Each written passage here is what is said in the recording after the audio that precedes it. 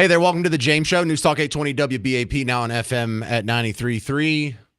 Not a good start to the Tuesday show. Shooting at Wilmer Hutchins High School. And this was reported right after 1 o'clock here local time. We've been piping through our news partner WFAA and their live coverage. They broke into programming, so we broke into our programming as well. They're talking to students. So I've been listening to this for about an hour now, and the facts are all over the place. But if you jump from platform to platform to platform, you can kind of put together a story here, and I'm sure some of this is going to change over the next 24 hours or so. But here's what we got so far. A shooting. One student shot in the leg is what seems to be the consensus among most platforms, but we did have Sullivan over there on WFAA talk to a woman who said her son is a student, called her on the cell phone, and he saw two of his friends shot in the leg. But this is the same guy. Cole Sullivan reported a witness that he had talked to earlier only heard one shot. So we have conflicting stories already, and that was coming out of WFAA. If you jump over to dallasnews.com, that's the website for the Dallas Morning News, they say multiple students said at the time the school's metal detectors were not regularly used, and the school did not consistently enforce its clear bag policies, both points of frustration. A lot of people are pointing out that this is happening almost 1 year after the Wilmer Hutchins shooting of 2024. NBC DFW, Channel 5, but their website, NBCDFW.com, reported that a parent who spoke with NBC5 said his daughter's a student at the school, and she heard 5 gunshots. When he talked to her on the cell phone, she was still in the school, said it was on lockdown. Fox 4 News says a 17-year-old was shot in the lower leg. Fox News, the national one, foxnews.com, had their reporting on this. They added the fact that a witness said 3 to 6 gunshots were heard. Parents are being told to avoid the area of Wilmer Hutchins High School. I know that goes against your primal parental instincts here, but it's already a huge traffic jam out there. WFAA has a helicopter showing you the scene. There's quite a few emergency vehicles there. I was trying to count them up, and in one shot, I counted 19 between the fire trucks and a handful of ambulances and cop cars. We do already see some parents there, but Dallas ISD has put out just a generic statement also saying parents avoid the area until told otherwise, and they declined to respond to comments from everyone else who reached out with questions for them. So the suspect, possibly a student, but that seems unclear as well. All of the platforms are reporting that there's a 17-year-old student shot. The ones that are reporting on how many people were shot and the age say a 17-year-old is shot. Only FoxNews.com I saw said that it was a student, a 17-year-old student. Fox 4 News, the local Fox affiliate, says a 17-year-old was shot in the leg. Doesn't say student. And I believe that's was echoed by WFAA. And of course, the tag, the context that comes with this is, man, this just happened 1 year ago. And I remember having the conversation with you. We need to do something about that. We need to lock this down. They need to tighten up security. That's what a lot of people were asking for. Here we are a year later. Same problem. So 800-288-9227. If you have any details, eyewitness accounts, or secondhand that you've heard from your kids, you can relay it to us, 800-288-9227. Again, our top story, shooting at Wilmer Hutchins High School in Dallas ISD.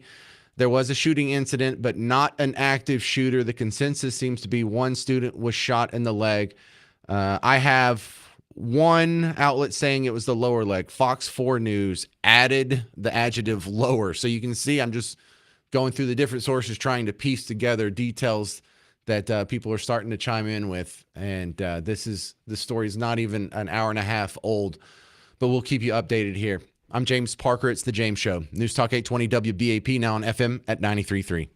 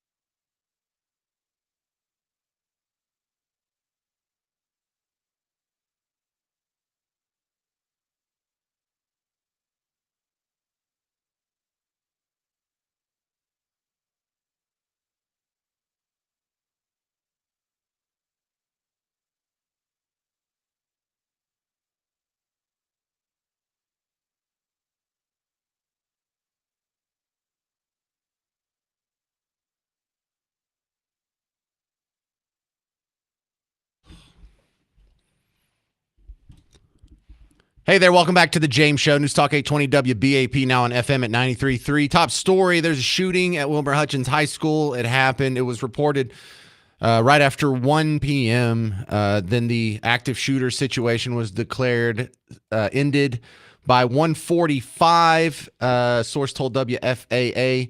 And then by 2:15, after the James Show had already started, the campus had been secured, according to Dallas Independent School District officials. Crews were dispatched to the scene at 1:06. There's been another report telling the parents, hang on, wait until we get everything settled down and the students evacuated before you come pick up your kids. That was one of the complaints for the shooting at the Wilmer Hutchins High School last year, is that reuniting the parents with the kids was a little chaotic. And so they have said that the students are being evacuated to the bleachers. You can confirm that if you're watching WFAA. They have the helicopter shot, and you can see a bunch of students starting to file into the home side of the stands at the Wilmer Hutchins football stadium down there. And conflicting reports abound. That's normal for a shooting situation that's this new. Some witnesses are saying 1 shot. Some witnesses are saying 5. The most I've seen is 6.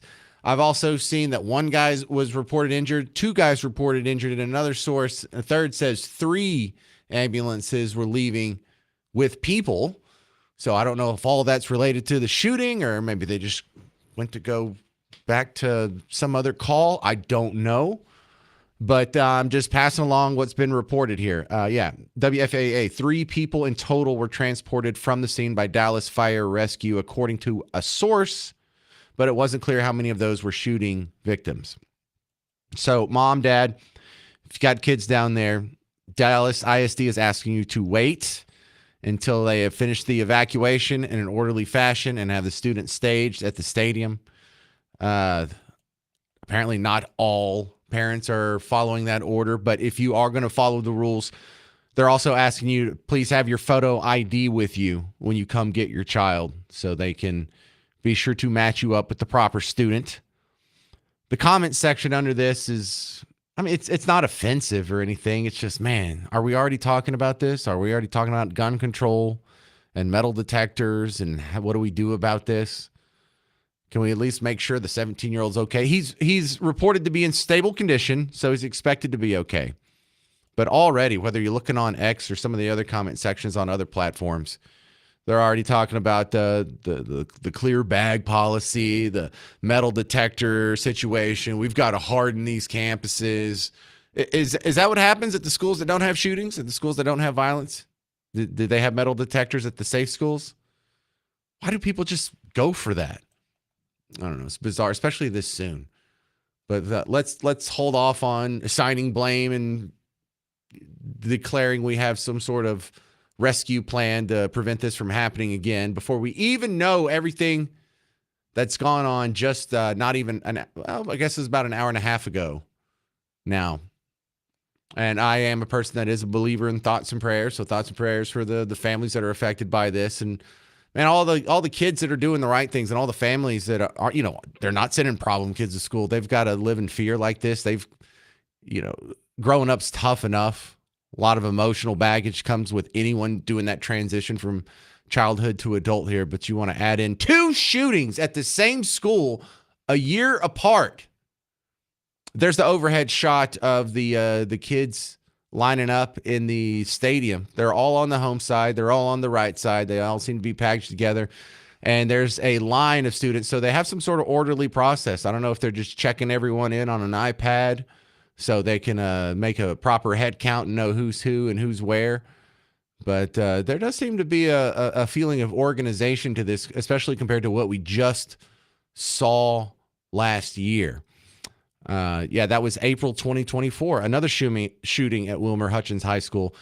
It left 1 student injured, so we may be in a similar situation here because I don't know if it's 1 student injured. I don't know if it's 2. I don't know if it's 3. I've seen reports for all 3 of those scenarios, 1, 2, and 3. So I am just passing along what other people are saying, but I have a feeling in about 24 hours, probably on tomorrow's James Show, we'll have enough of the basic details established and agreed upon that we can start having these other conversations, like what went wrong, Who's at fault here? How do we prevent this from happening again? Is there anything we could be doing to prevent this from happening again? How much of this is the school's fault? How much of this is on the faculty or the security apparatus or Dallas ISD? And I got to tell you, not much.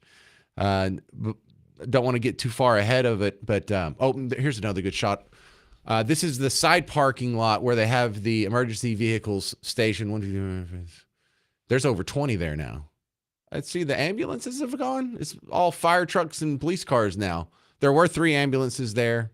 Now they're not. So that's the latest update.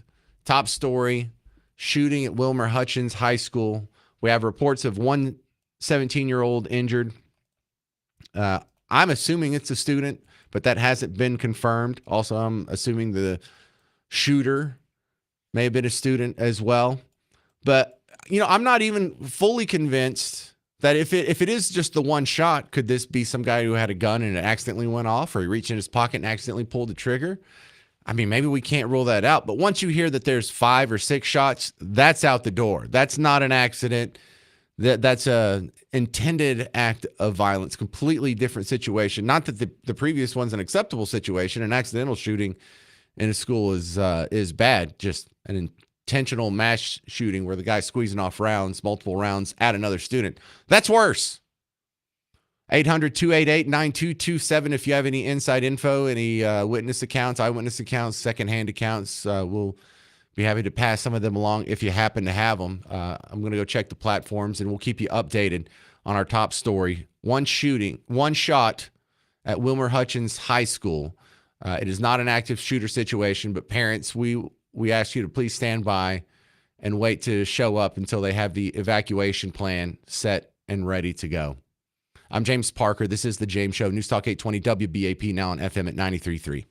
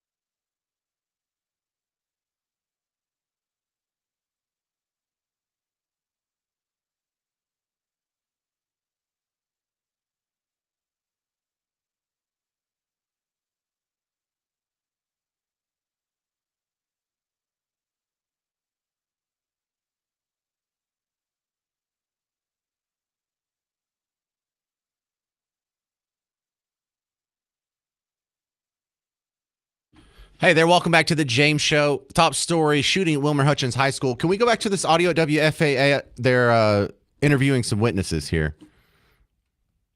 Okay. I have been compiling some details as they've been rolling in. This was reported after 1 p.m., and so this is a brand new story, and I'm sure some of these details are going to be refined. The initial reports that are conflicting, somebody's got to be wrong. Some people heard 1 gunshot, some people heard 5, 6. The most I've seen from a witness is they reported 8 gunshots. Okay, we'll get to the bottom of this eventually, but here's what we know in a little more concrete detail, thanks to good reporting by WFAA.com. Crews were dispatched to the scene at 1:06. By 1:45, the law enforcement had deemed the active threat over. A source told WFAA by 2:15, the campus had been secured. Parents, avoid the area of Wilmer Hutchins High School until told otherwise. All right, now to WFAA talking to witnesses.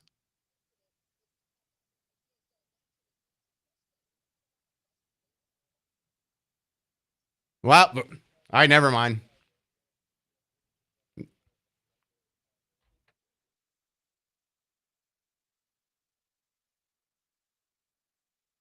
I'm sorry, she just turned away from a witness right as we went to that.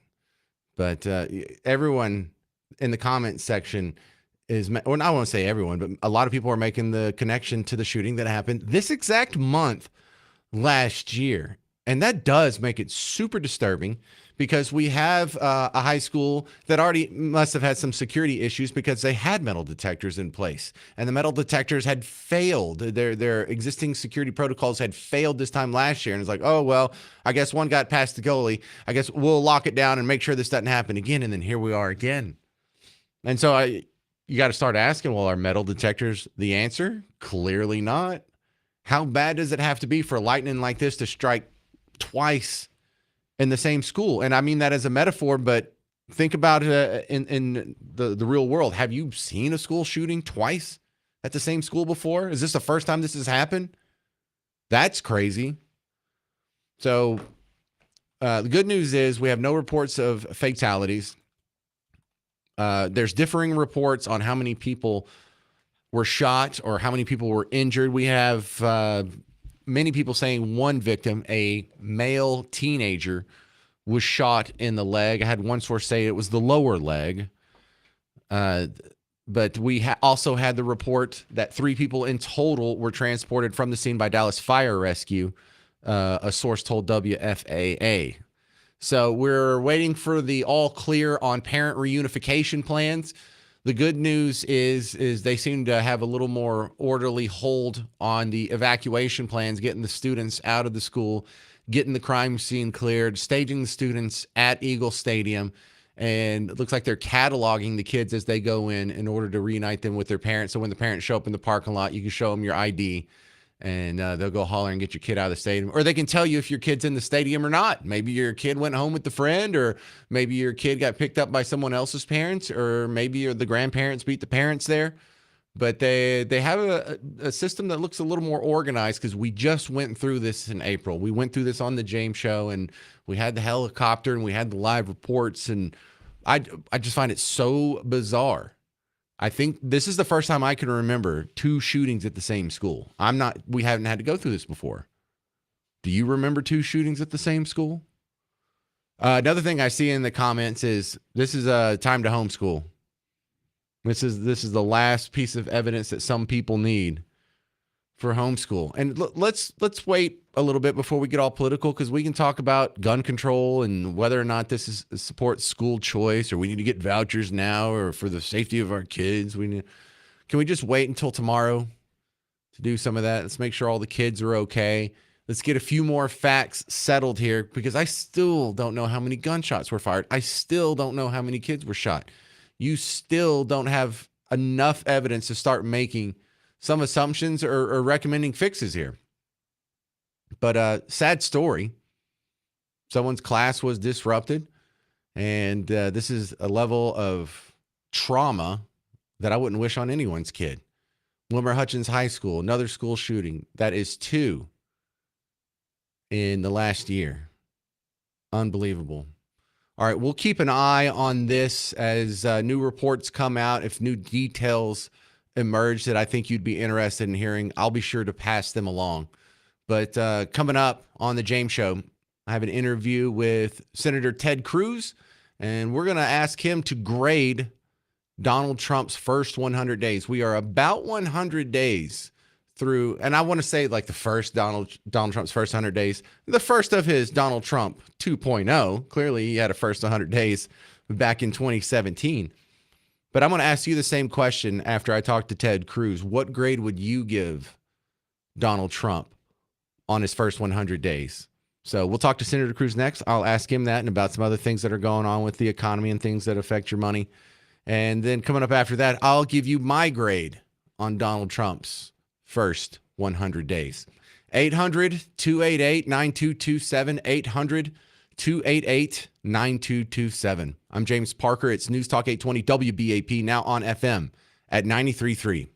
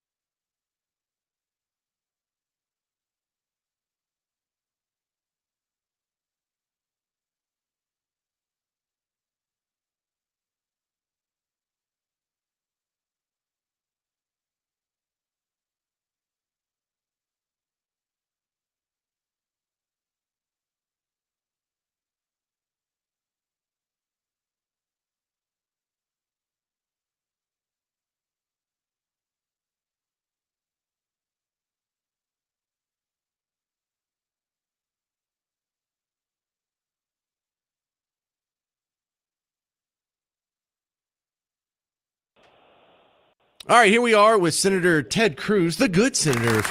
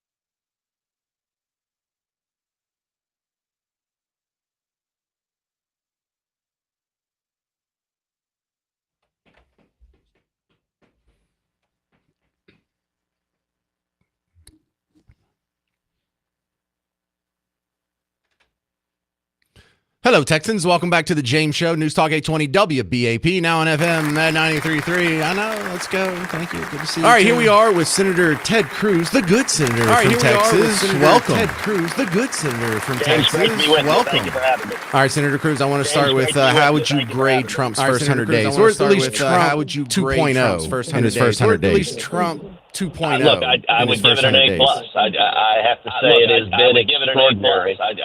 In the history of our country, we have never seen a president hit the ground running. Never seen a president hit the ground President Trump has. And who has accomplished as much as he has. There's a big difference, I think, between the second term and the first term. I think the second term, the president came in knowing exactly what he wanted to do and knowing exactly how he wanted to do it. Every day now, I literally wake up and grab my phone and go look to see, okay, what did we do today? Because it has been, the record of accomplishment has been astonishing. The record of accomplishment has been astonishing. There was no bigger issue in the election. There was last year than securing the border. The single clearest mandate that came out of the election in November was to secure the border. We have seen since Donald Trump became president again, illegal border crossings again over 95%. It is staggering. And it is, my favorite line from the President's State of the Union address. Joe Biden said last year that he could not secure the border unless Congress passed new legislation. We didn't need new legislation. It turns out we just needed a new president. And that's exactly right. We just needed a new president. And it's been incredible what's gotten accomplished so far. And I'm excited what the next 3.5 years have to hold. Well, there's a lot of action going on right now with the tariffs. Your colleague in the Senate, Elizabeth Warren, says all of this tariff stuff can be undone and overridden by Congress if they vote in favor of it. Do you think that's at risk of happening? Do you think that's at risk of happening? And I got to say, typically any quick question that begins with Elizabeth Warren says that. You're not going to find a whole lot of wisdom in the words that follow that. You're not going to find a whole lot of wisdom in the words that follow that. On just about everything. Listen, when it comes to tariffs, on just about everything. Listen, when it comes to tariffs, an area of massive change, and there has been some real massive change, and there has been some real. And this is something I've talked about a great deal. And this is something I think there are two paths in front of us for where we could go on tariffs. Path number one is I think the president with the tariffs he's announced has enormous leverage now over our trading partners. And what I hope will happen is that we will use that leverage to negotiate much lower tariffs from our trading partners in exchange for the president's lower exchange he just announced. If that happens, if in the next 30 days, 60 days, 90 days, the result is we see tariffs worldwide, that would be a massive free market victory for the president, for the United States, for Texas. That would benefit Texas farmers and ranchers and manufacturers and small businesses and ranchers and manufacturers and small businesses. James, I will see there is a second path we can take, and there are voices in the administration advocating for the second path. And that is the path that leaves in place high tariffs in perpetuity. High tariffs from America, and in response, retaliatory tariffs from our trading partners. I very much hope we do not go down that path. Because if we do, I think that would hurt Texas and it would hurt the country. It would hurt our farmers, our ranchers, our small businesses, our manufacturers. So I can tell you, I spend a lot of time with President Trump. I was with the President of Air Force One.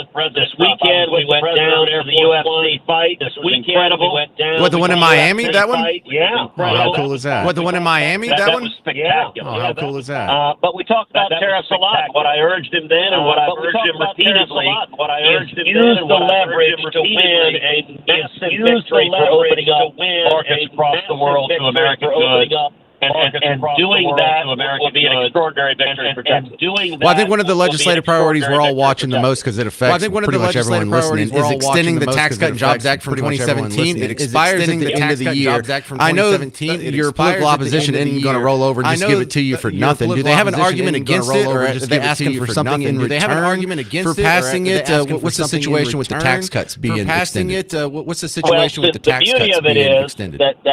Well, the Democrats of it is, sadly, are adamantly opposed to cutting taxes. They want to raise taxes on everybody. They are a tax party. That's what they believe. But the beauty, the good news is that's what they believe. That we are using a procedural tool that we don't need a Democrat vote. A procedural tool that we don't need a no, and that's fine because we can pass it with the Republican votes we have. We're using something that's called the Republican budget reconciliation. Now that sounds like a bunch of Washington gobbledygook. Now that sounds the only thing important to know about that. The only thing important to know about that is the principle reconciliation to the Senate filibuster rule. The Senate filibuster rule requires 60 votes to the Senate.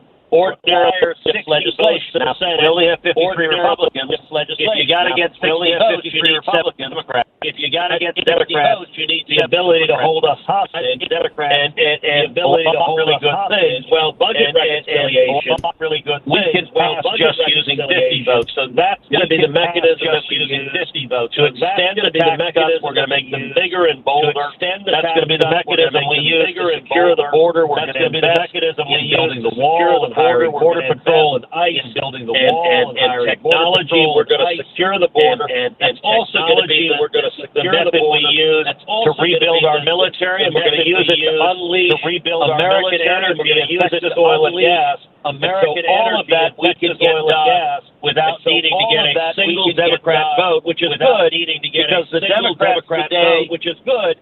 Because they really are the party of anger. They really are the party. They no longer stand and hate. They no longer they just hate Donald Trump. And so it's incumbent on us not to complain about that. And so it's to roll up our sleeves and get to work and deliver on our promises. To roll up our sleeves and get to work. Yeah, and along that line, I'm wondering where the question's going to get answered on how many swastikas you can go draw without being a Nazi yourself. You can go draw without being a Nazi yourself. It's a very good point, but I got to say the nice thing is it's a very good point. These leftist vandals are also proving they really are imbeciles. I mean, they're complete morons. They come up in T-cars, Teslas, that have cameras everywhere. They go up to a camera and they smile on the camera. They go up to a camera and they smile on the camera. The Department of Justice, Pam Bondi, who's a good friend, the new Attorney General, she's announced that they've arrested some of the criminals who were firebombing Tesla dealers, some of the criminals, and they're going to see 40 years in prison. If you engage in domestic terrorism, 40 years in prison. You are going to engage in domestic terrorism, jail time. That is exactly right. And it is sad to see the left condoning violence, the angry left engaging in violence, the angry left engaging in acts, to condemn it, in some cases celebrating those acts of violence. All right, Senator Ted Cruz, thank you very much for your time on the James Show. I appreciate it, sir. Senator Ted Cruz, thank you very much for your time on the James Show. I appreciate it, sir. Everyone go to tedcruz.org and follow me. Everyone go to tedcruz.org and also make sure you download and listen to my podcast, Verdict with Ted Cruz. We talk about every major issue facing the Ted in the country. So download Verdict with Ted Cruz wherever you get your podcast. I'll go look that up. Thank you very much. There he is, Senator Ted Cruz, the good senator from Texas on the James Show. The good senator from Texas on the James Show. Thank you, sir. All right, now that you heard your senator grade Donald Trump's first 100 days in office, I'm asking you, what grade would you give Trump on his first 100 days in office this second time around? 800-288-9227, 800-288-9227. Coming up next, I'll tell you what grade I give Donald Trump on his first 100 days. This is the James Show, News Talk 820 WBAP, now on FM at 93.3.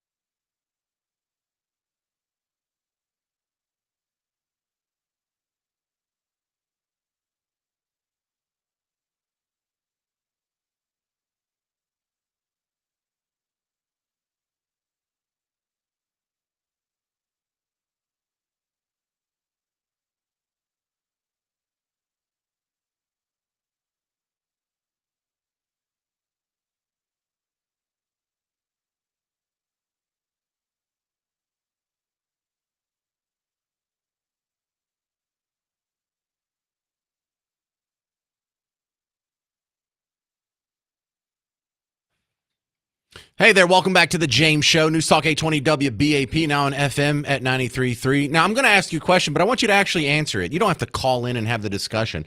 You're welcome to, but at least answer it in your head, or you could just say it back to the radio here. What grade would you give Donald Trump on his first 100 days? What grade as far as A, B, C, F? I mean, I guess you could throw in a D there, but what grade would you give him? You just heard Senator Ted Cruz give him an A. Of course, he's going to get. Oh, actually, he gave him an A plus, didn't he? So, look, not a big shock there. They're on the same team. And what would you give him? 800-288-9227. Let me tell you what I would give him. I would give him a B.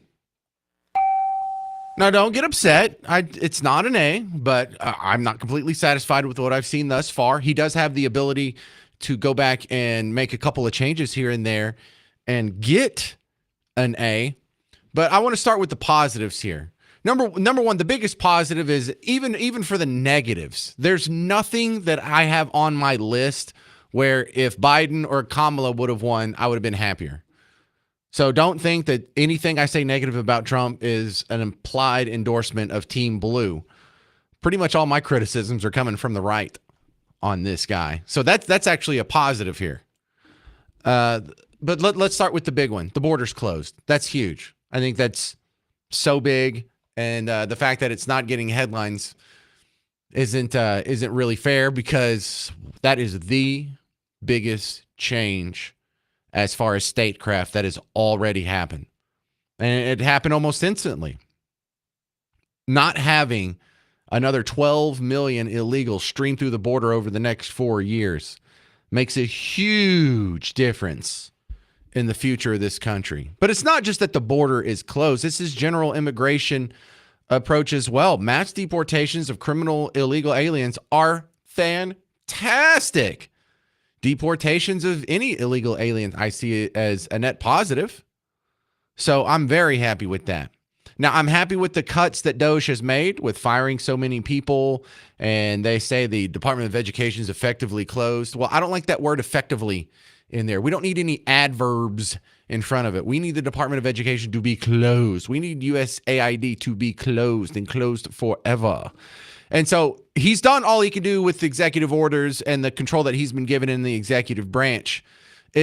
This is one of the things that could move him up to an A as soon as this gets codified into law in the next big spending bill. The new investments from tech companies like NVIDIA here in Texas, they're building a new plant in the Dallas area, a new one in the Houston area. But it was like $500 billion in new investments announced before he was even sworn in. We're well over $1 trillion now, especially with the great news that we got just this week. I mean, that NVIDIA news broke yesterday. And then something that's flown under the radar that I really like from the Trump administration that I found so disappointing with previous administrations is how many hostages, American citizens that are being held hostage abroad, that he's brought home. 6 American hostages in Venezuela, 2 Americans in Afghanistan, an American in Hamas captivity, a Pennsylvania teacher in Russian captivity, American citizen in Belarus. So this is something that you feel like any president could have done this at any time. They just didn't care.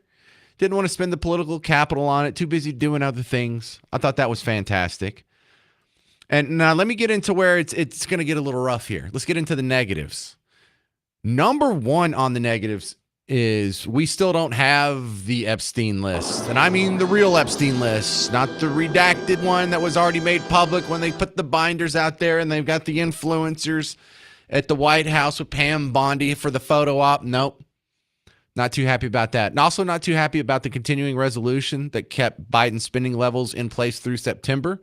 Now, that might be something that resolves itself in September. Again, here's the room for improvement. If September rolls around and the next continuing resolution, or if they actually, God forbid, do their job and pass a for real budget, if that gets balanced, he's to an A plus.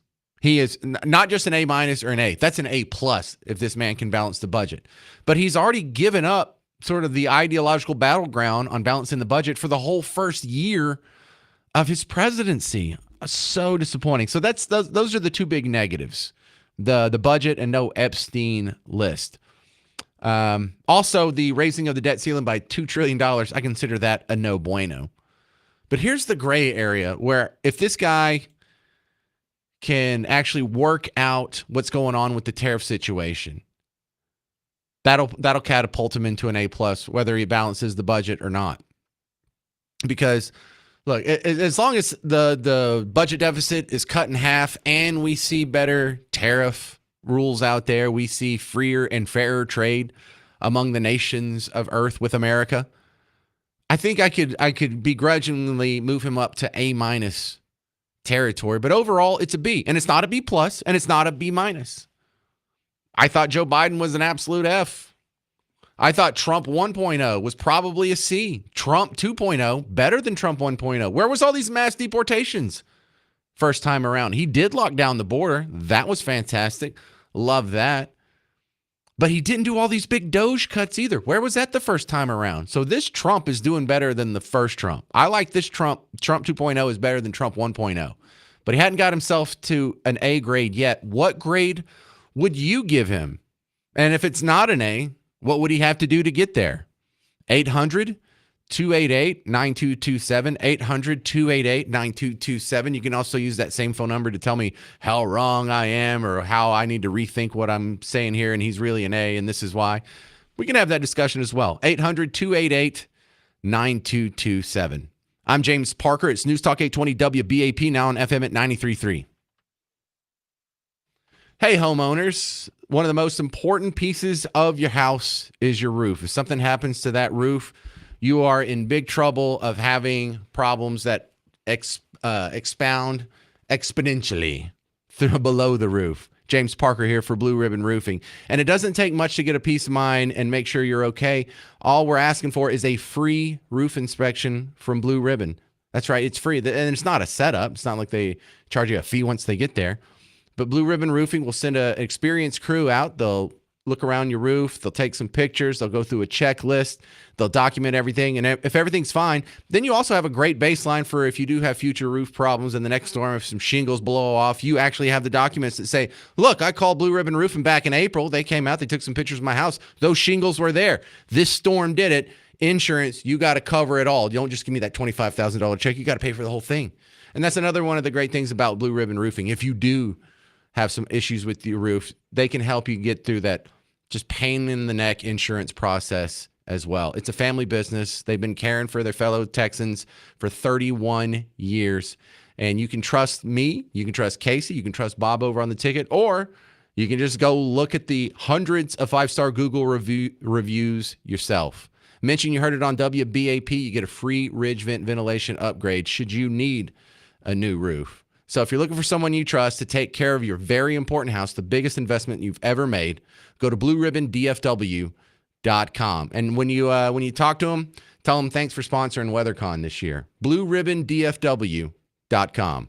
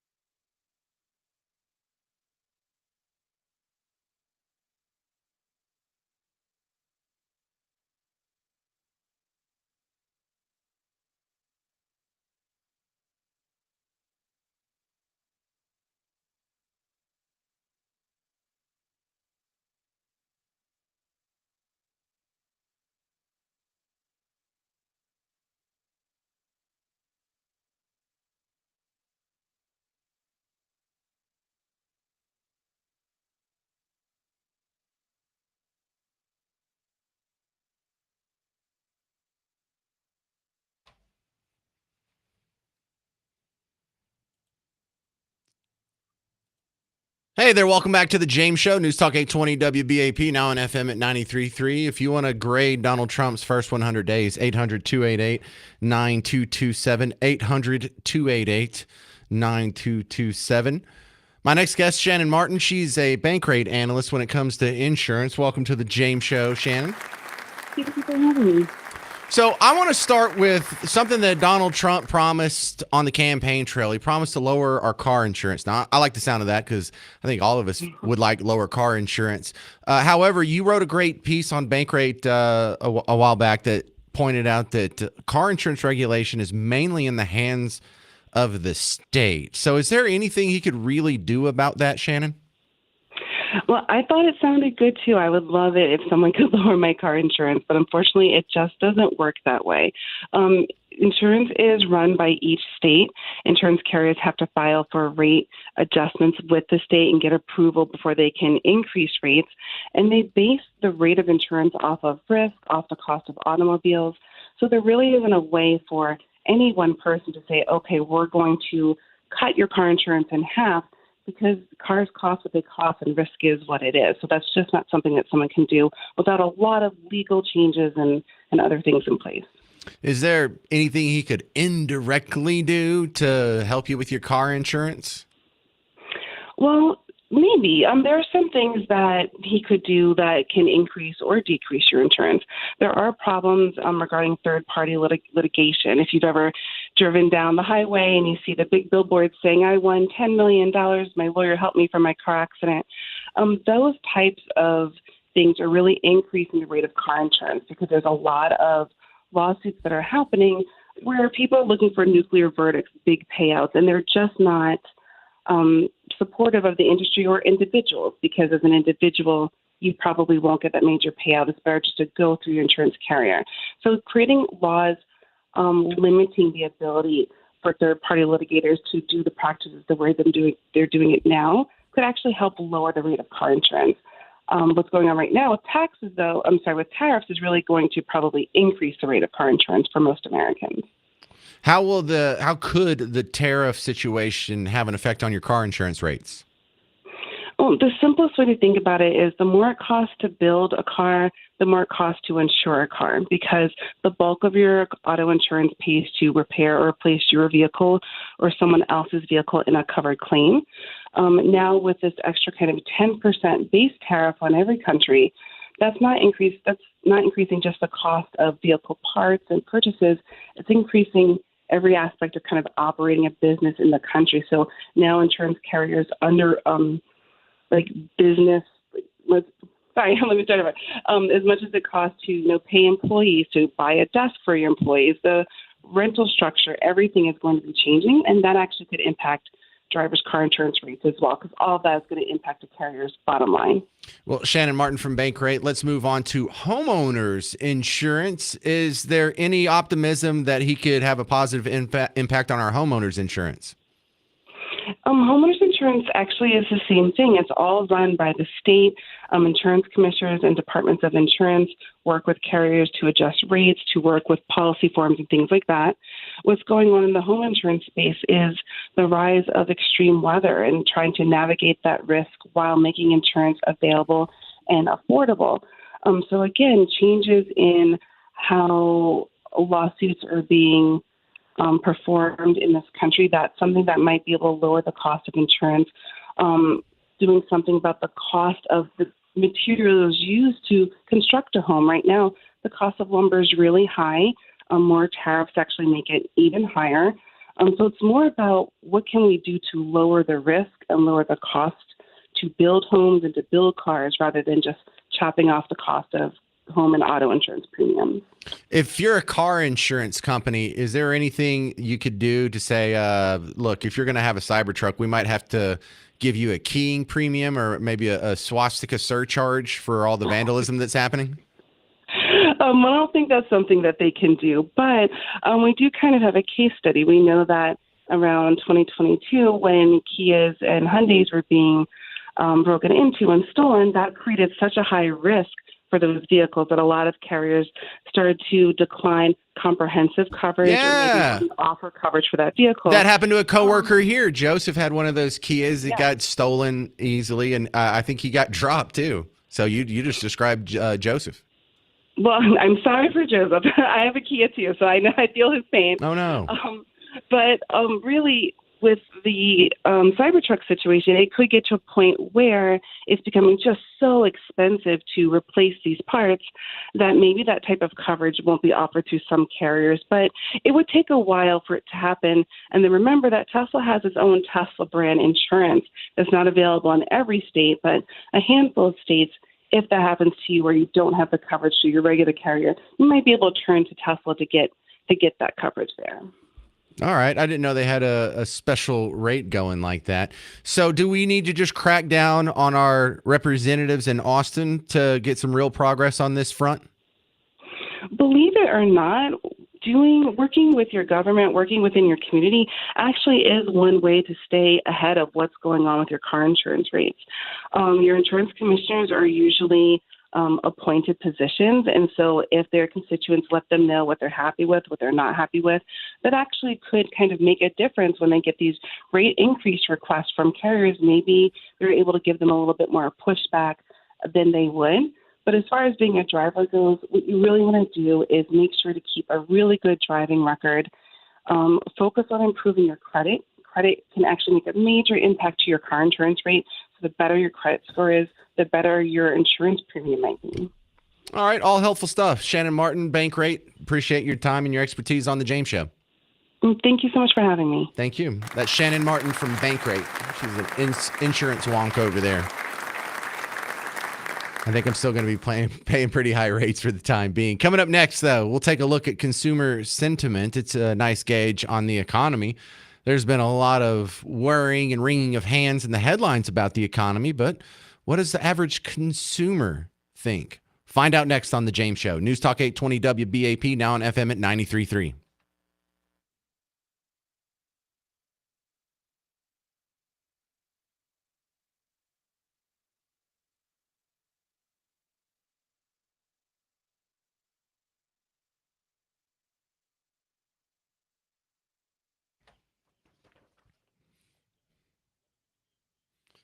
What's up, hockey fans? Playoffs is ramping up for hockey, and I know you're already going to be watching it. Why don't you add a little bit more fun to the hockey you're already enjoying? Hit the ice with Prize Picks. James Parker here for Prize Picks. You have inside knowledge. You have spent the time. You have put in the effort to know the inside info that gives you a leg up on Prize Picks. So you go to the hockey section and you know if Ratnan's about to go on a tear. You know if Ottinger's going to be a wall in the next game. So you can take that, you make a lineup of 2 to 6 players. You take a stat line, you pick more or less on it. It could be saves, it could be shots, it could be time on the ice. And then if you get them right, boom, you turn a little bit of money into a lot of money. And by a lot of money, the multiples are up to 2,000 times. That's now the top prize on Prize Picks, 2,000 times your money. And it's not just your regular fantasy sports. It's a daily fantasy sports app. If you don't know, go check it out. It's America's #1 daily fantasy sports app, and you can try it out with our money.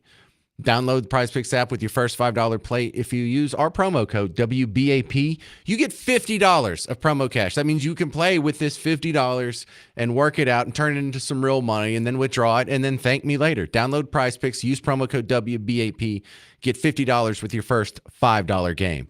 Prize Picks, run your game.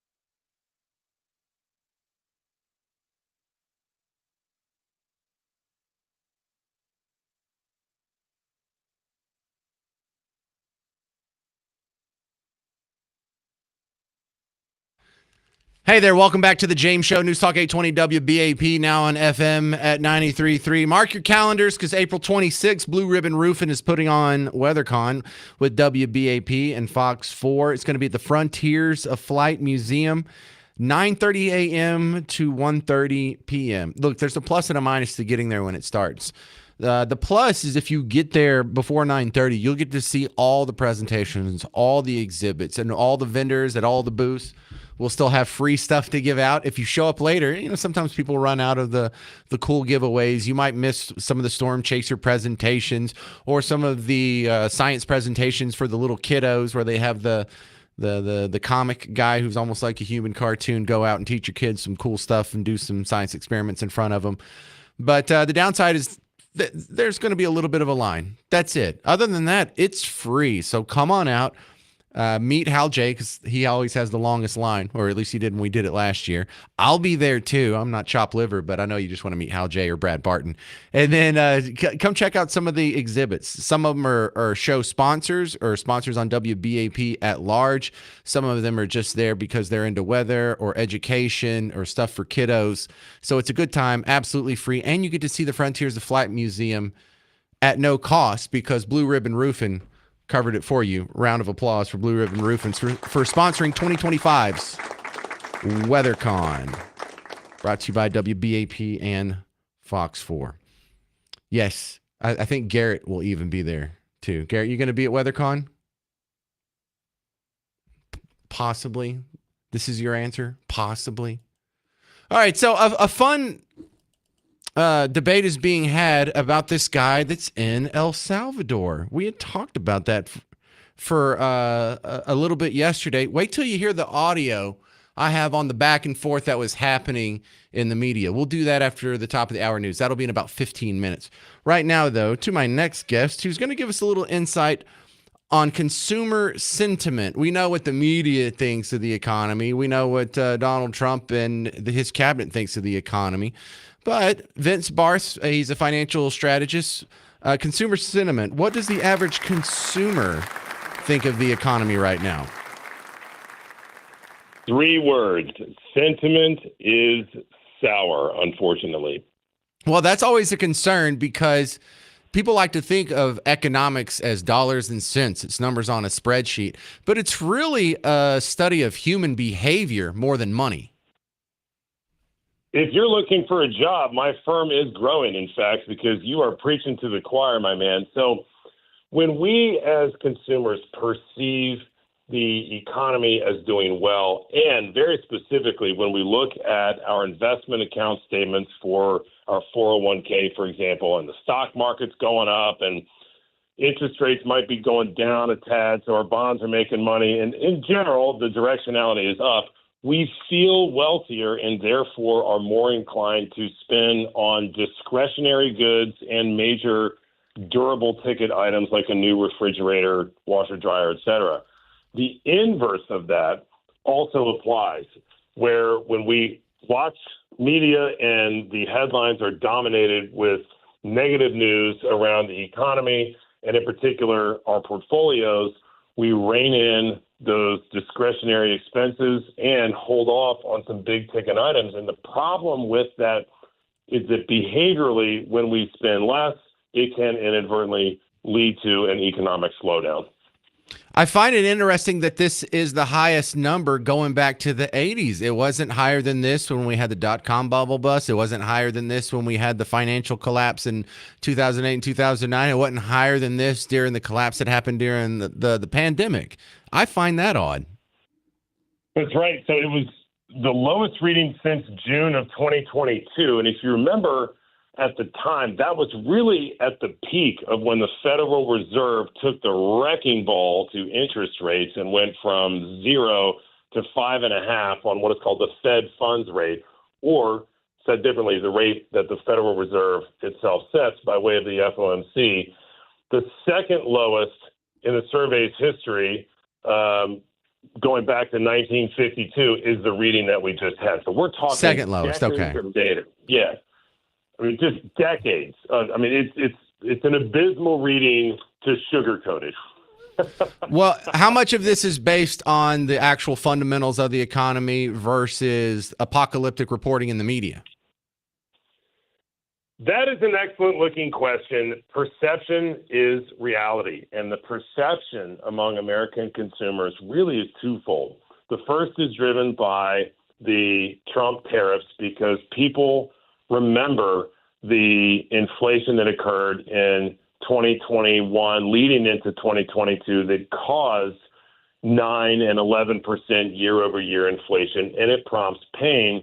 And the second driver is that a lot of folks remember the stagflationary impacts of when inflation is high and economic growth is stymied, and that can really cause a problem. And so if the collective perception is that Houston, we have a problem, people can rein in the spending. But fundamentally, going back to your point regarding the economy, growth has trumped expectations over the last 2 years. And my view is that the economy structurally changed in response to COVID because, as it turns out, when you keep millions of Americans and people worldwide, for that matter, in their homes, drop interest rates to zero, and plow a bunch of dollars into the economy, inflation results, and how and where people spend time and money change. And so because of that, we've had a higher level of baseline inflation, not crazy year-over-year inflation, but we're back in that sort of core 3% range, which is where it's been over long periods of time. Historically, the difference, though, is that it feels higher because we had 13 years of zero interest rates where growth was barely scratching 2%. All right, Vance Barse, he has his website, vancebarse.com, VANCEBARSE.com. Thank you very much, Vance.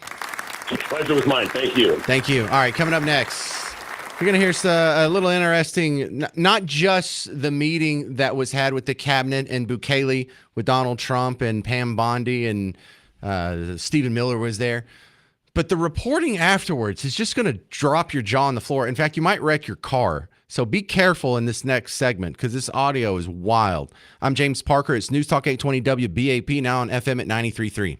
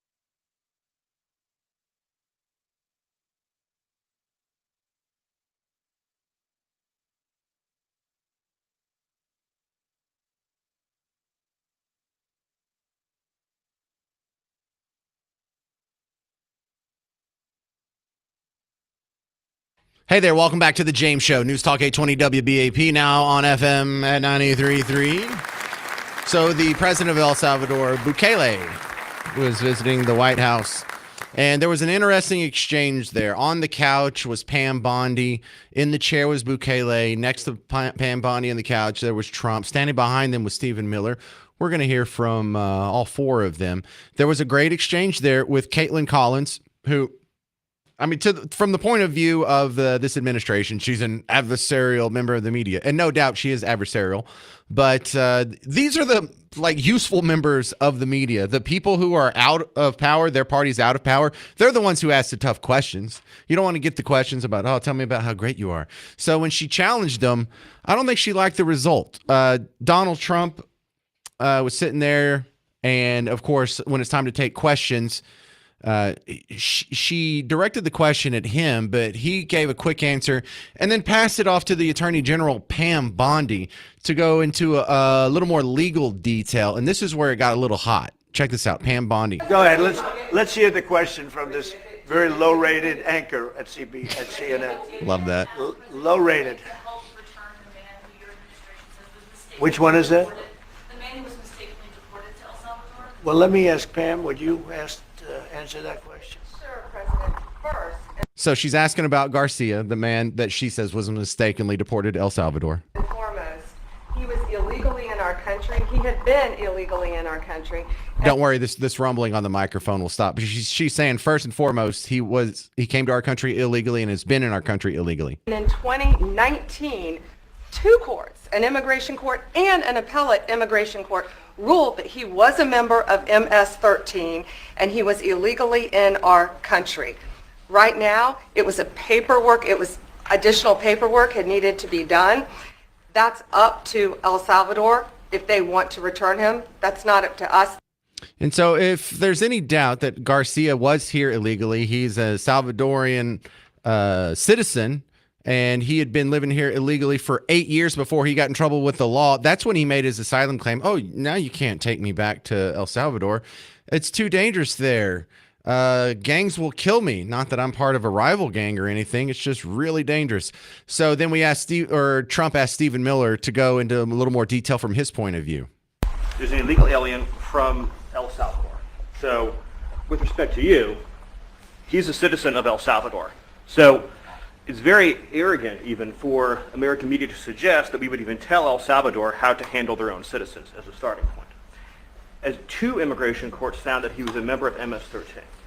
When President Trump declared MS-13 to be a foreign terrorist organization, that meant that he was no longer eligible under federal law, which I'm sure you know, you're very familiar with the INA, that he was no longer eligible for any form of immigration relief in the United States. So we had a deportation order that was valid, which meant that under our law, he's not even allowed to be present in the United States and had to be returned because of the foreign terrorist designation. And so then she turned to Bukele, the president of El Salvador, if he's going to confirm what she's just heard. He's one of yours. He's one of your citizens. Can't you bring him back? And Bukele said, no, we're not returning a terrorist. What is can President Bukele weigh in on this? Do you plan to return him? Well, I'm supposed to not suggesting that I smuggle a terrorist into the United States, right? It's always how can I return him to the United States? Like I smuggle him into the United States, or what do I do? Of course, I'm not going to do it. It's like, the question is preposterous. How can I smuggle a terrorist into the United States? I don't have the power to return him to the United States. So you can release him inside El Salvador? Yeah, but I'm not releasing, we're not very fond of releasing terrorists into our country. We just turned the murder capital of the world into the safest country of the Western Hemisphere, and you want us to go back into releasing criminals so we can go back to being the murder capital of the world? No, that's not going to happen. They'd love to have a criminal, released into our country. There's a fascination. They would love it. Yeah. They're sick. These are sick people. I love it. He was talking about Caitlin there. These are sick people. So I like that Bukele guy. So if you're wondering, well, if it's been exposed now that this guy is here illegally, he's not a citizen. He's not going through the proper immigration process. He just claimed asylum after he already been in trouble with the law, and it turns out for some other violations with gang stuff, including human trafficking. that he got deported, and just because they didn't put the new cover sheet on their TPS report, it's supposed to be like, oh, some bad thing, and we got to return the terrorists back to America now. Excuse me. Sounds like a terrible idea, but you wonder, how are there still protests? How are there still people who are supporting this guy? I bet you most people don't know. You want to go see how this is reported in the media? First, I'll go to the local TV affiliate there, WJLA, where they talk about protests in Washington, D.C., supporting Garcia and trying to get him brought back to the United States. See if they ever mention if he is here illegally or if he's a citizen of El Salvador or if he's a confirmed gang member by 2 different court hearings. President Trump met with his Salvadoran counterpart in the Oval Office today, and a big focus was on that legal fight around a Maryland man mistakenly deported to El Salvador's notorious mega prison. We've got more on what they had to say coming up in just moments, but first, 7 News' Brad Bell was at another protest calling for Kilmar Abrego Garcia's return. Brad, what his supporters are saying now as this case drags on. All right, let me go and cut through this. There's a 2-minute report on this protest. Not once do they admit that he's not here legally, that he's an El Salvadorian citizen, that he's been confirmed by 2 different courts as a member of MS-13. If they don't ever tell you he's an illegal alien, why wouldn't you be on his side? You know, they like to call him a Maryland father over and over, whether you see it in USA Today or on CNN on the caption. It's Maryland father this, Maryland father that, not illegal alien this, not MS-13 gang member that, not human trafficker this, or criminal that. No, he's a Maryland father. That's his defining characteristics, Maryland, and the fact that he's reproduced. Check this out. The caption on CNN today, I took a picture of it. Hearing today on mistakenly deported man as Trump admin defies courts. Oh, you got it so good. Here's WJLA. After they did the 2-minute report on the protest asking for Garcia to come back, they actually reported on the meeting that I just played you with Bukele, Bondi, Miller, Trump, all saying that this guy is an illegal immigrant with a criminal record, human trafficking, MS-13. How do you do a 1.5-minute report on this without admitting it? Watch him do it. Watch him. All right, Brad, thank you. And Tom Rousey picks up our team coverage at the Alert Desk. Tom, Garcia's case was a main topic of discussion during today's Oval Office meeting between President Trump and the president of El Salvador. Well, that's right, Michelle. Both leaders made it clear that they're in agreement. They say Kilmar Abrego Garcia will not be brought back to the United States. Now, this despite that Supreme Court ruling that the Trump administration must facilitate his return. Attorney General Pam Bondi says this is an international matter, saying they could only provide a plane if El Salvador agrees to let Abrego Garcia go home. But El Salvador's president, who you see here, he says the ball is not in his court either. He claims he has no power to do this. Because he's an illegal immigrant. It's like I smuggle him into the United States, or what do I do? Of course. Watch, they're going to cut it off before he says the illegal part. I mean, the question is preposterous. How can I smuggle a terrorist into the United States? I don't have the power to return him to the United States. Now, Abrego Garcia was sent to a notorious Salvadoran prison due to a, quote, clerical error by immigration officials. He also had a protection order from 2019 that prevented his removal to his home country of El Salvador because at the time he said his life was threatened by gangs there. Scott? Did you hear what was in that meeting, and then did you just hear how it was reported? No wonder people are protesting. They don't even know. They're not even being told. They're intentionally leaving out the most crucial details on why this guy got deported. Not because Trump's a meanie or the Team Red doesn't care about the Constitution because he's an illegal immigrant. He's a criminal. He's a human trafficker. And if your news isn't telling you that in a report, they had 5 minutes to get that in. And how many times did you hear Pam Bondi say that? Did you hear Stephen Miller say that? Trump said that? Bukele said it all in the same meeting, and it got left out of the report. Meanwhile, you go over to Fox News. Let's see if they left it out. I mean, you know they didn't, but this is what it sounded like. Which news is more accurate? You and I have never received in our lives as much positive press I know. as this MS-13 gang member This is Stephen Miller again, but on with Jesse Waters last night. Received. We couldn't get headlines like that if our lives depended on it. Yeah. So let's just go over the facts here. He is an illegal alien. Fact 1, what do you do with illegal aliens? You deport them. Fact 2, he's an MS-13. What do you do with illegal aliens who are also in a transnational terrorist organization? You deport them more quickly. Oh, and on top of that, he's implicated in human trafficking. Deport, deport, deport. This is who they're going to bat for. What are we supposed to do? Buy the guy a house, get him some free health care, maybe let him run for Congress? And it sounds like hyperbole, but you just heard them. They are covering for an illegal immigrant criminal MS-13 human trafficker. They're leaving all of that out of their reporting on this case. That's not just like, oops, I'm a sloppy reporter. That's downright fraud. That's like even beyond propaganda. That's just fraud. 800-288-9227. 800-288-9227. No wonder your liberal friends have no idea what's going on. The truth is being hidden from them every day in every news report. I'm James Parker. It's News Talk 820 WBAP, now on FM at 93.3.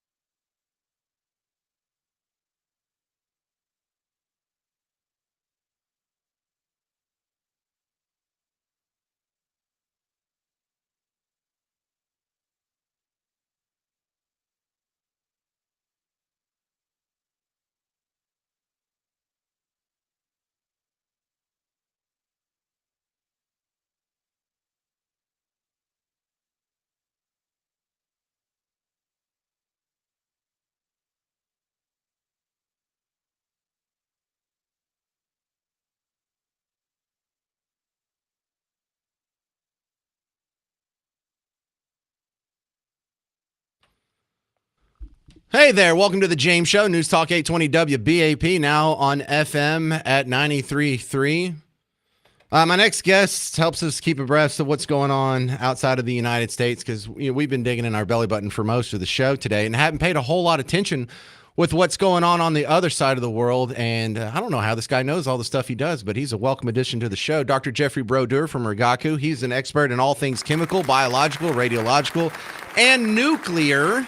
So get us all caught up. Can I start with Iran? There was a meeting that happened over this weekend. It sounded really optimistic last week when they were talking about it, and I've heard no reporting on it since then, Dr. Jeff.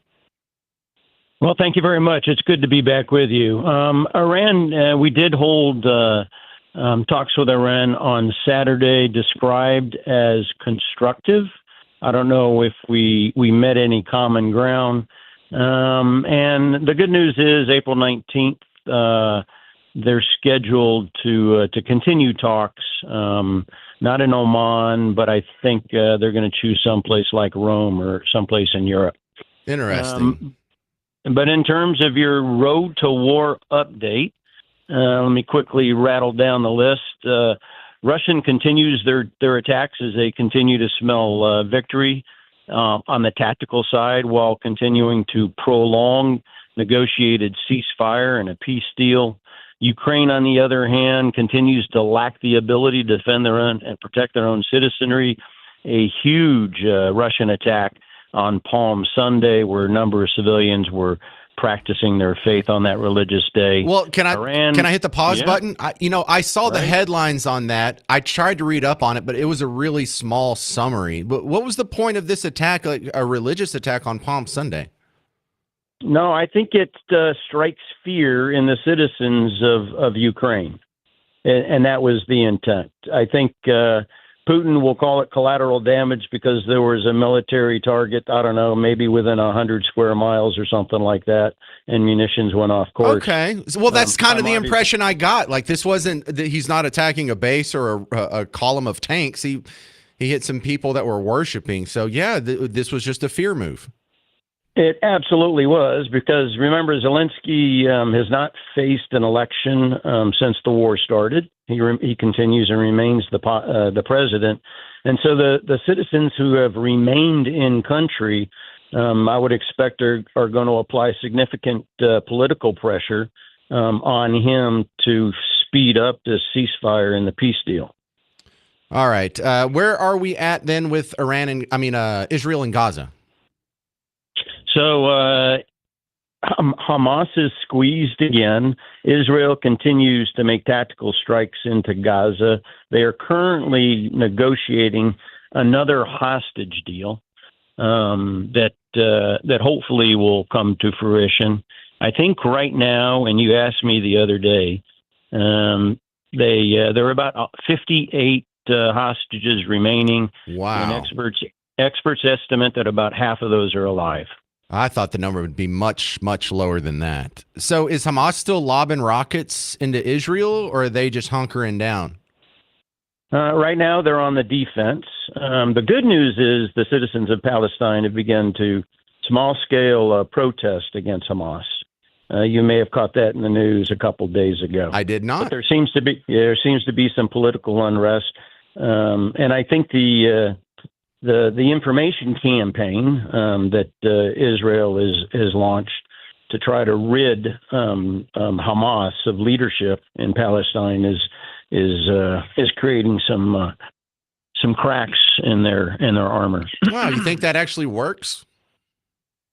Over time, but they're cornered right now. Hamas is cornered in a small section of Gaza adjacent to Egypt. They're literally cornered. They have nowhere else to go. Are there talks that are currently happening out in the open, or is no big summit being held? They're just talking through back channels.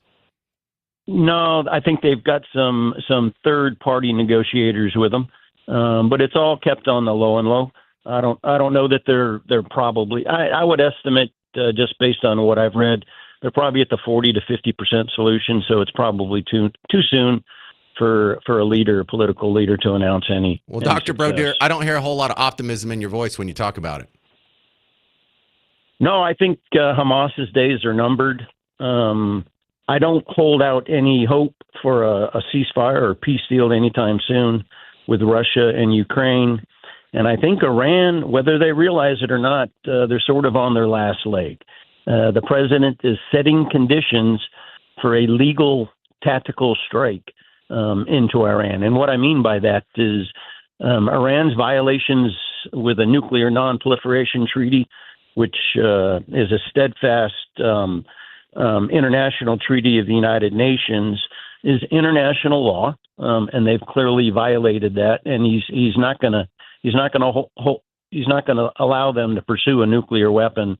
Iran right now is desperate for money, so much so that experts estimate that between February and March of this year, the export of oil to China, of all countries. Remember, we talked about the tie between China and Iran and Russia and North Korea. Right. Went from about 800,000 barrels per day to about 1.3 to 1.6 billion barrels. So China is buying about 90% of all of the Iranian export oil. They need the money. They need it bad. That's why I would suggest that they're going to try to continue to prolong the negotiations, the talks, in hope that sanctions will be lifted and they can continue to create distress and unrest in the Middle East. And the other thing that I wanted to bring to your attention is Zelensky last week announced that they didn't take hostages. They captured a couple of Chinese soldiers on the battlefield. Ooh. That's not been verified yet, but it just goes back to this nexus of Russia, Iran, China, and North Korea. And as the world population and leaders continue to constrain what they're able to do, they're relying more and more on each other, which makes this a three-dimensional chessboard, right? All right. Dr. Jeffrey Broder from Mergaku, I appreciate your expertise. Thanks I hadn't heard some of that information. You gave me some stuff to Google. I want to find that Chinese soldier getting captured. Coming up next, squatter horror stories on the James Show. It's News Talk 820 WBAP, now on FM at 93.3.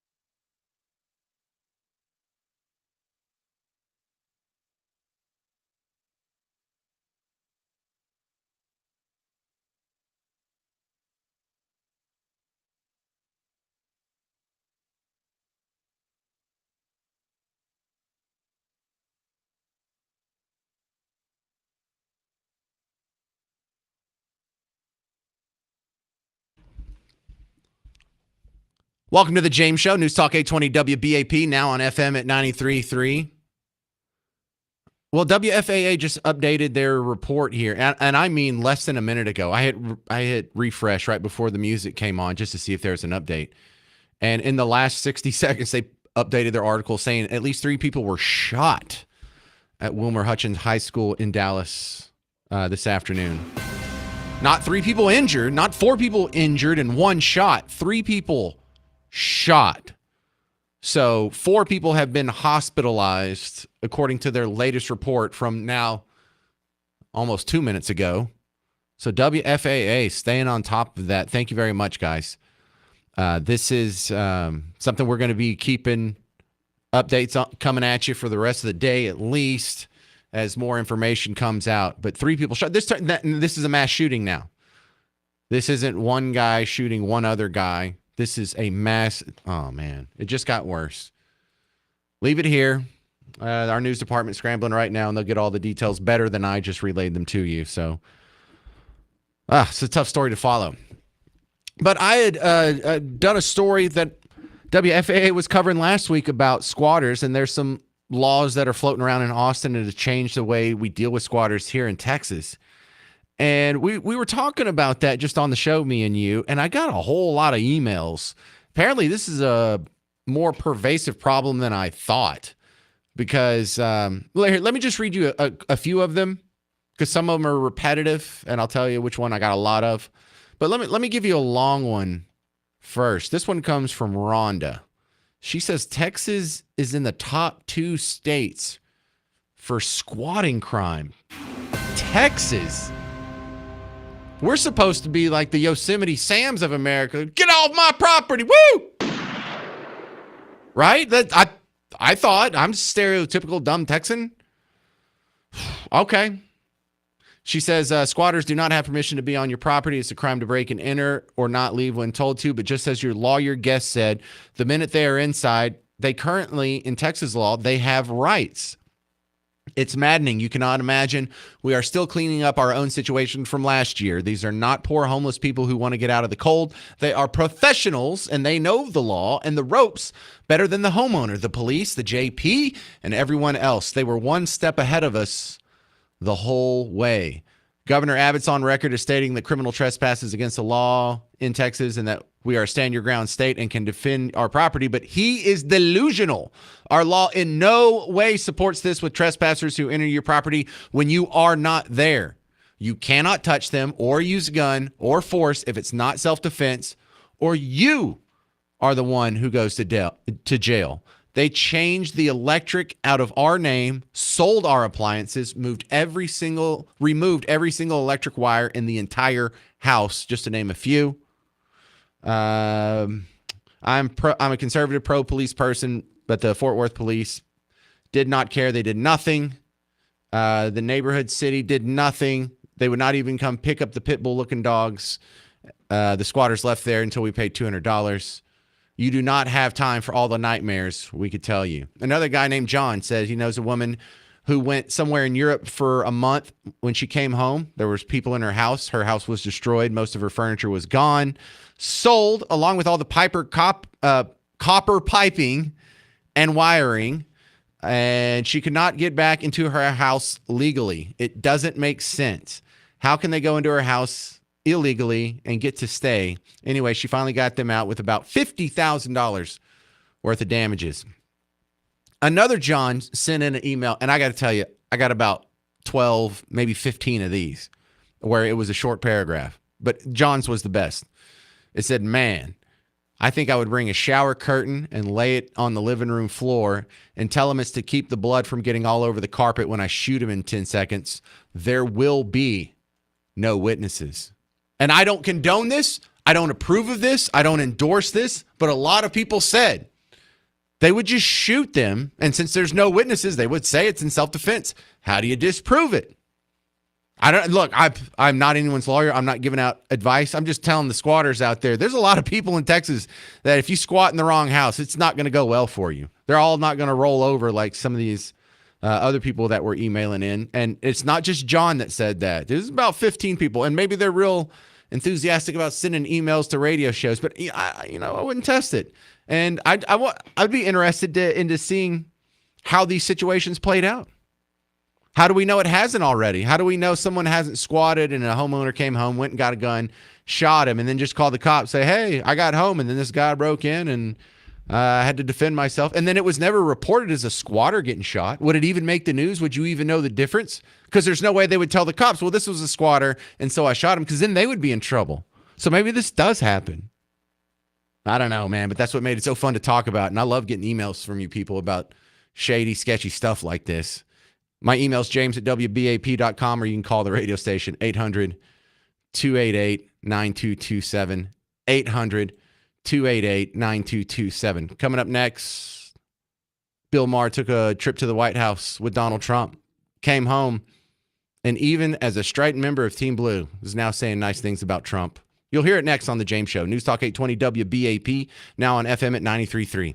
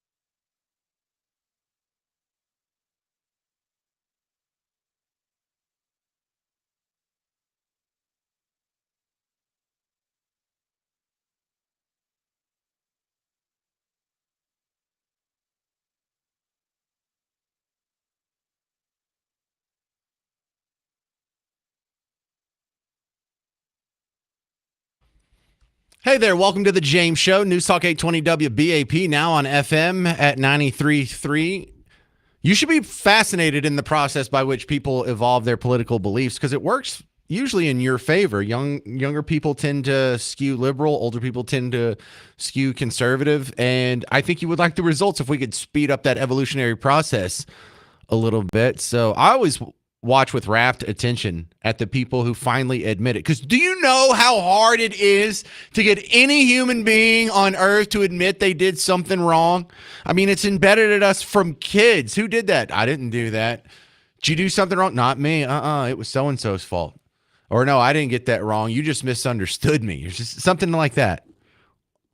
Well, to have a human being go out and publicly say political things for years at a time and then have to go out at some later point and admit he was wrong, I always find that amazing. I always find that, that first off, I give that person credit.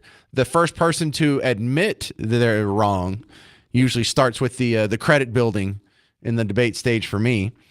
But the latest example here is Bill Maher. Now, Bill Maher is still on Team Blue. Bill Maher is not a Trumper. Bill Maher is one of the most strident Trump critics consistently out there for at least the last 10 years. But how do you explain Joe Rogan being a lefty and being a Bernie bro and then coming around to Trump? How do you explain Elon Musk doing the same thing? How do you explain all these other people who have the similar story? Liberal when they were young, conservative when they got older. Now, I am not holding out hope that Bill Maher will ever finish the conversion. It may be too late for him. He's somewhere in his 60s or something at this point. But Kid Rock invited him to the White House last weekend. Kid Rock's real name's Bob. You'll hear reference Bob in one of these clips. And Bill Maher said, "You know what? I can go meet this guy. I know I've said terrible things about him." And he was surprised at how much backlash he got after he admitted he was going to go visit Trump. And he thought that was a bad sign. So he did a review on his show on Friday. Let me play you 3 clips from it. First off, Maher says Trump was nice. He's much more self-aware than he lets on in public. Look, I get it. It doesn't matter who he is at a private dinner with a comedian. It matters who he is on the world stage. I'm just taking as a positive that this person exists, because everything I've ever not liked about him was, I swear to God, absent, at least on this night with this guy. Bob, Kid Rock, told me the night before, he said, if you want to get a word in edgewise, you're going to have to cut him off. He'll just go on. Not at all. I've had so many conversations with prominent people who are much less connected, people who don't look you in the eye, people who don't really listen because they just want to get to their next thing, people whose response to things you say just doesn't track, like, what? None of that with him. And he mostly steered the conversation to, what do you think about this? I know, your mind is blown, so's mine. All right, and here's the fun part. Bill Maher made an insult list and got Trump to sign it. I thought this was cute. First good sign, before I left for the Capitol, I had my staff collect and print out this list of almost 60 different insulting epithets that the president has said about me. Things like stupid, dummy, lowlife dummy, sleazebag, sick, sad, stone cold crazy. Really a dumb guy, fired like a dog, his show is dead. There's 60. I brought this to the White House because I wanted him to sign it, which he did.